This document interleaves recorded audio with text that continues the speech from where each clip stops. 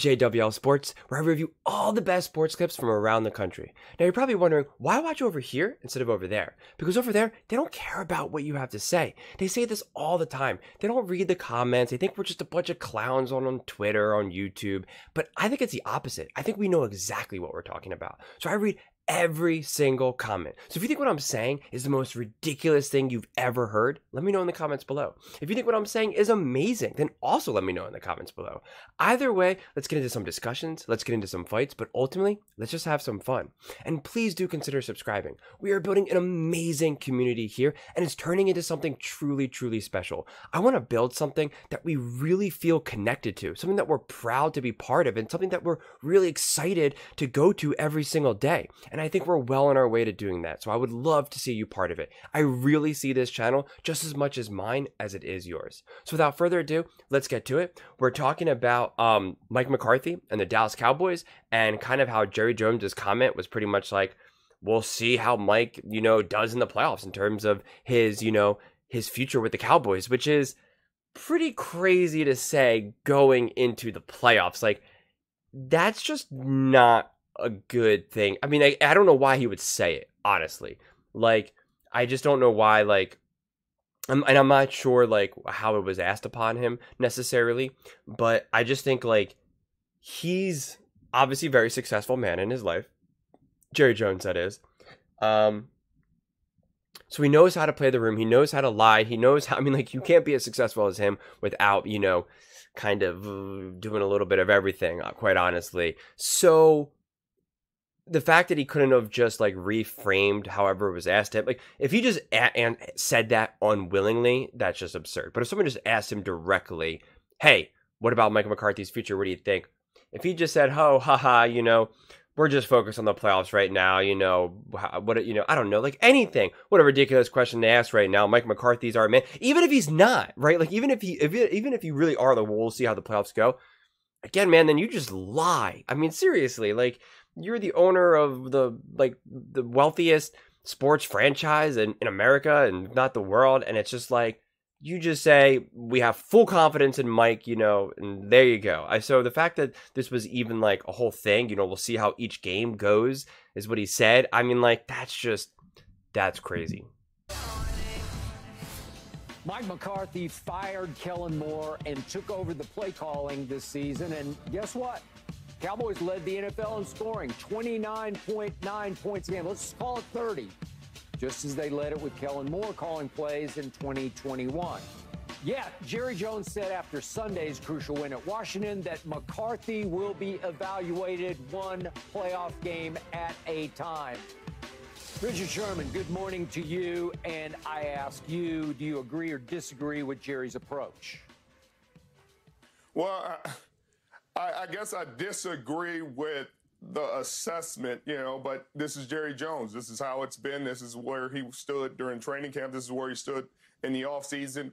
So I don't have a problem with what he said necessarily. It's just the time in which he said it. I guess he could have said this after the season or before the season, but when you say it right before the playoffs, it's going to put an unnecessary bug in his ear, an unnecessary seed of doubt. It may affect decisions that he makes throughout these games because he feel like he's coaching for his life.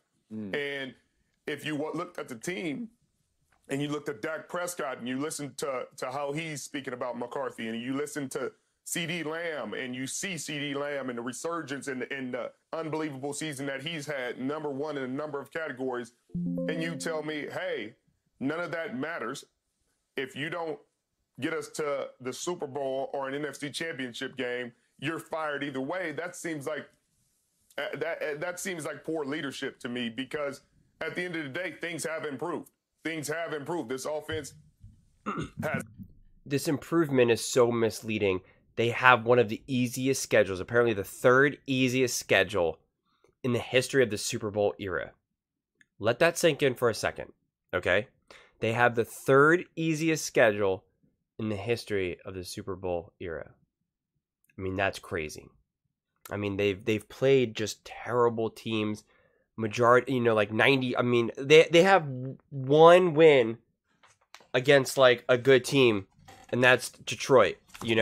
I mean, I've been over this so many times now, so I'm not going to just read them all again and again. But they've only beat the Lions, and that was a controversial win. Outside of that, all their wins are against apparently trash teams, the Eagles included. So, they've played awful teams, awful teams. 4 of their wins alone came from the Giants and the Commanders, who are just awful teams. So, and one of those wins is also against the Eagles. So that's 5 wins right there. Who in the Eagles, everyone's beating the Eagles right now. So, of course, their offense looks really great. Anyone playing that schedule would be looking great. It's a similar thing that happened with the Dolphins this season. How, they feast on these bad teams, and every time they play a good team, they lose. And that's exactly what's happened to the Cowboys. So, I just think this jumping, you when you're evaluating teams and you're evaluating a coach, whether or not to like fire a coach and stuff like that, you have to really focus on that. So if you're just a fan, I understand your unwillingness to concede that, right? For if you're a fan and you're a Dallas Cowboys fan, I understand your unwillingness to concede, well, this schedule was easier, or that we beat bad teams and stuff like that, because you're just like, well, hey, that's just the way it goes, yada, yada, yada. Or you just ignore it and say, whatever, and you just want to discount that. And I get it. Again, if you're a fan of either your team or individual players, if you want to say, Dak played amazing, he lit everyone up, and then people point out, well, hey, he's only done that against, bad teams, you're just like, you just discount that, right? You're just like, no. You see it through the filter. But if you're management, if you're, an owner or GM, or, you're a suit and tie or someone who's making real decisions, that has to be evaluated. That has to take into account. Okay? That's why they get paid so much freaking money. That's why, do you think it's easy to be like the CEO of like Amazon or something? Or, to be the CFO of like any Fortune 500 company? Like, no, because it's not just looking at basic numbers of saying, oh, wow, 10 is greater than 3. 2 is less than 7. It's just not that cut and dry. It's poring over the data, poring over the information, and really looking at what happened. Wow, our numbers are up this month. Is it just because our sales team is just doing so well? Let's take a look and see what happened. Oh, wow, actually, this has happened and this has happened. Look what happened in this country that then affected this, which then affected that. The stock market is up, so more people have more money, this and that. You have to actually just look at everything as a whole.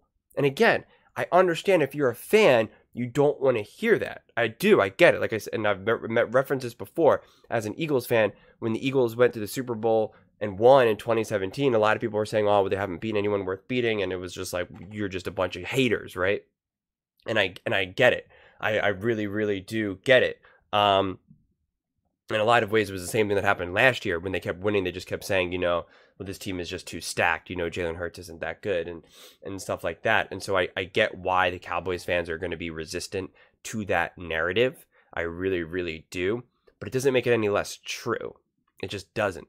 And so I just really think that at this point, anything short of an NFC Championship game, and if you make it to the NFC Championship game, it better be competitive, because they have a pretty easy path to the NFC Championship game, quite honestly. They have a home field advantage. They're going to be playing not great teams, most likely, right? If the Eagles end up winning, then they're going to play the Eagles, and they should be able to easily beat the Eagles. They get to play the Packers. They should easily beat the Packers. Obviously their hardest game would be against the 49ers, and that's going to be a away game. And they might get lucky. Maybe the 49ers get bounced first round. Who really knows? So they have an easy path to the NFC Championship game, at least. And if they make it to the NFC Championship game and they just get punched in the mouth and rolled over by the 49ers or by some other team, this is your shot. This is your shot. This is your chance to really do something special. Now, that's not to say that Mike McCarthy should necessarily be fired. I'm not necessarily saying that, but It will be tough because you'll have now, your playoffs will have ended poorly 3 years in a row. In the last 25 years, the Dallas Cowboys have just done nothing. They haven't even sniffed a Super Bowl. So with that being said, if you hold yourself to the Dallas Cowboys standard, it is to, win Super Bowls. It's to be truly competitive. So anything short of that, I don't know what you're doing. And that's what then makes this season difficult to analyze, or maybe not so, where they make it to the playoffs, and if they lose, this is the way I look at it. If they lose to the Rams, Eagles, Lions, or 49ers in the playoffs, honestly, if they lose to any team in the playoffs minus the 49ers, it's just like an automatic fire. I think you have to figure out what to do, because that would have just proven what I just said, that you only beat up bad teams. That, so even though everything looked good, it was fool's gold. It was fool's gold. You were never really that good. You looked better than you really were, and it just really wasn't that great. And that's what it comes down to. And maybe they get lucky, and maybe they're just, they play the Packers, beat them, play the Eagles, beat them, or Tampa Bay for that matter, should beat both of those teams. Boom, now you're in the NFC Championship. I mean, it's just wide open and easy for you. It really is. Really, really is. And so if that happens, just like how it was really easy for the Eagles last season when they walloped, the Giants, because the Giants upset Minnesota randomly, and that would have been a way more competitive game for Philly, but they got to then face the Giants and just got to beat up the Giants. And then, as everyone wants to point out, they obviously went and played the 49ers, and I still stand by the fact that the Eagles would have won that game because the defense was just unstoppable, and all of the quarterbacks got knocked out of that game because of the Eagles' defense was just walloping them, because they were just so physically overpowering and strong, and was just destroying them that it was impossible to stop them.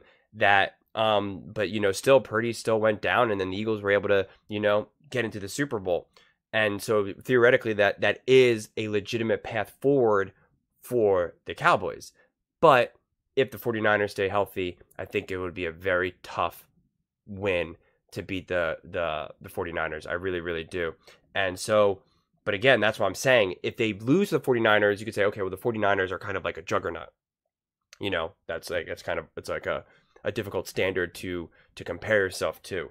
But if they lose to the Eagles in the playoffs, if they lose to the Rams, if they lose to the Detroit, if you lose to any of these teams, then you have to fire. I mean, then you need a new identity. It was clearly fool's code. You clearly were just not good enough.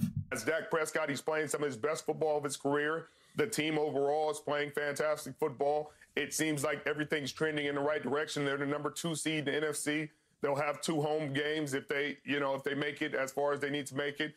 But for him to say that when things seem to be on the up and up just seems like an unnecessary distraction and an unnecessary bit of drama that went into these playoffs. Because I think, Keyshawn, Skip, we all knew that, hey, if you don't take him to the NFC, we've said it multiple times, he's probably gone. We don't need you to say it, Jerry, because you actually have the power to get it done.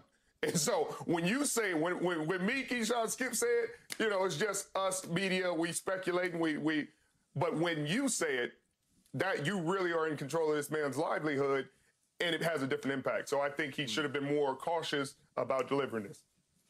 Unwarranted pressure, as I tried to tell you and Michael yesterday. Yeah, it's unsuccessfully you tried to, but go ahead. Yeah, but here I am with Richard Sherman coming on a day later, essentially echoing the same thing that I said. Yeah. Why would you apply this type of pressure at the start of the playoffs, where a coach now is going to be coaching scared and trying to figure out if he's making the right or the wrong calls in certain situations? Why would you do that? When you could have very simply, easily said something totally different. If that question was posed, he could have simply just said, we're happy to have the number 2 seed right now. I can't wait to play the Green Bay Packers. That's what I said. And then we're going to move on from there, and hopefully we get another opponent a week later. Just say those things. You don't need to say you're going to evaluate him game to game as time goes on. So every single game, when Mike McCarthy comes out of the locker room onto the field, doing the pregame. He's going to be sitting around on that bench. You know how they sit on the benches, Sherman, they get to thinking doing pregame? He's going to be sitting there thinking, this might be my last game. This might actually be my last game. Good, I hope He's really going to sit there with his play call sheet thinking about, damn, this might be my last game. And so now you dive into the game, right? And as I tried to explain to you and Michael yesterday, all of a sudden, do I take the 3 or do I try to go for it on 4th and 2? Well, if I go for it on 4th and 2 and I don't get it, well, if I kick the field goal and we down still, you don't do that to coaches, man. You just don't. I'm sorry. I'm sorry. I understand you want it a certain way because you're a Cowboy fan, but you don't do that, Skip. And I understand you want them to lose, and that's okay. I don't want them to lose. I don't care. Keyshawn, I've been hearing those kind of things that you wanted Jerry to say for 28 long years. There has been no accountability in this franchise. There's been no urgency in this franchise. There's no fear factor in that locker room or in those coaches' offices of, if you don't get this done, heads will roll. You don't think he know that? You don't think Mike McCarthy and his staff already know if we don't go to the NFC Championship game, at least some of us are going to be replaced? All Jerry has ever said for 28 years is it's going to be okay, and I love Mike, and he can be here as long as he wants to be. I don't want to hear any of that anymore. I believe that once Jerry enshrined Jimmy on, going back 2 Saturday nights ago, in the Ring of Honor, once that happened, I believe that Jerry wised up and woke up and took a page out of Jimmy's playbook and sent a message, not just to Mike, but to the locker room of, I won't stand for this anymore. I'm going to evaluate everybody on a game-to-game basis, because what do I know about Mike McCarthy? If we go back a couple of years ago, they had a home playoff game against Jimmy G and the San Francisco 49ers, and they did not show up for that game. They were not ready to play that game. I also know they went out to San Francisco a year ago, and they lost the playoff game. 49ers too? The team played fairly well in, and the quarterback played very poorly in, and they lost 19-12. All I know about this year is if you look closely, and I've had to take your guys' verbal abuse about all these games I'm about to mention, they went to Arizona and laid the biggest egg of the year, and it was embarrassing and humiliating. Then they went to San Francisco and got annihilated and humiliated 42-10. And they went to Buffalo and got literally run off the football field. And they went to Miami and lost, and they came home and they lost to Detroit. They lost the football game until the referee screwed up and took them off the hook. That's what I've been seeing. And God bless them, they went to Washington, and you scoffed and laughed as you see. Oh, there's someone else is should have pausing on it Monday, but they. That's crazy. I went to pause at the same time that the video was going to pause. So that's what I'm saying. Even Skip is agreeing with me right here, and he is a die-hard Cowboys fan. So okay, let's separate this real fast because a lot of people hate Skip. I get it, right? But at the heart of Skip right now, he is no longer Skip Bayless.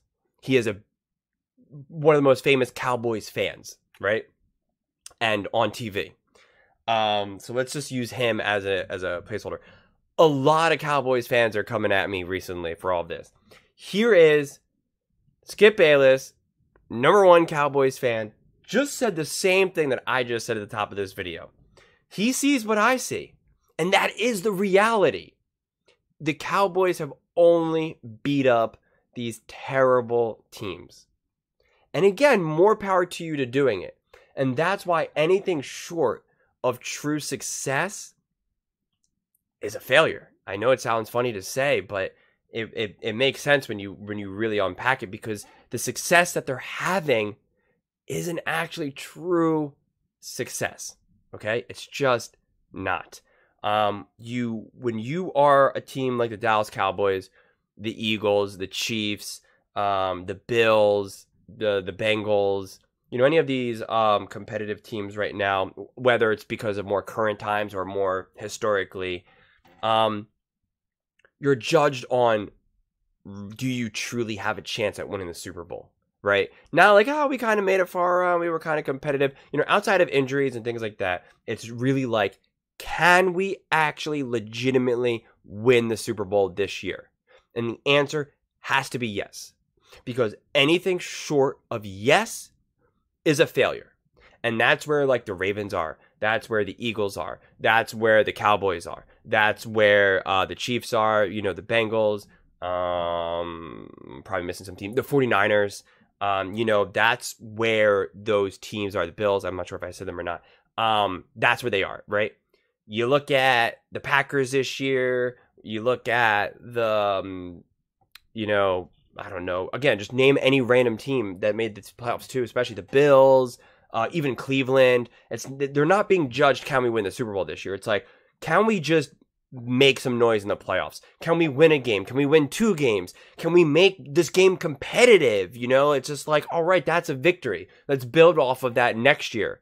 That's not where the Cowboys are right now. That's not what they are. That's not who they historically are. And that's not what they are this year.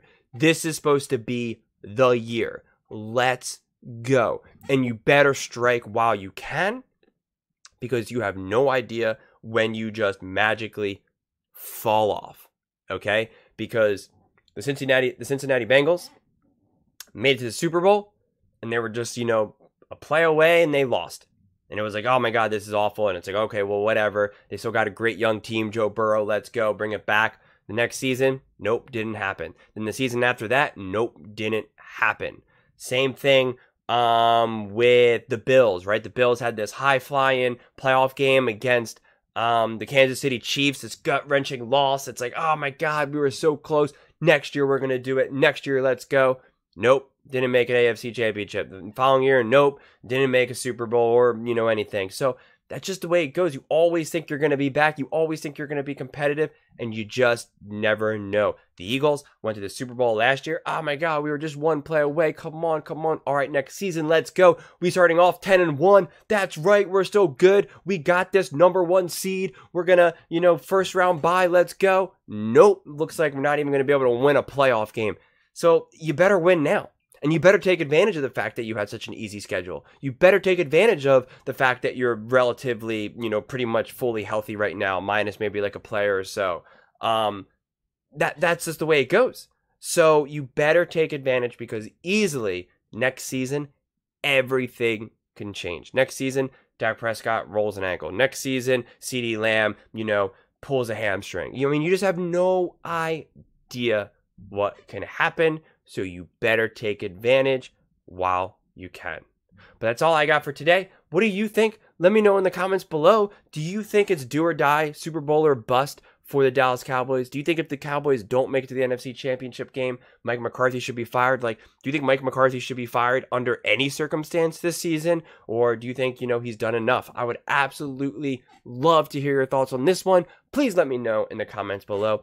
And please don't forget to subscribe. We're building such an amazing community here, and I would really, really love to see you part of it and really help grow this into something truly special. And please don't forget to give this video a thumbs up. It really helps with the algorithm and visibility, and I would greatly appreciate it. Thank you so much, and see you next time.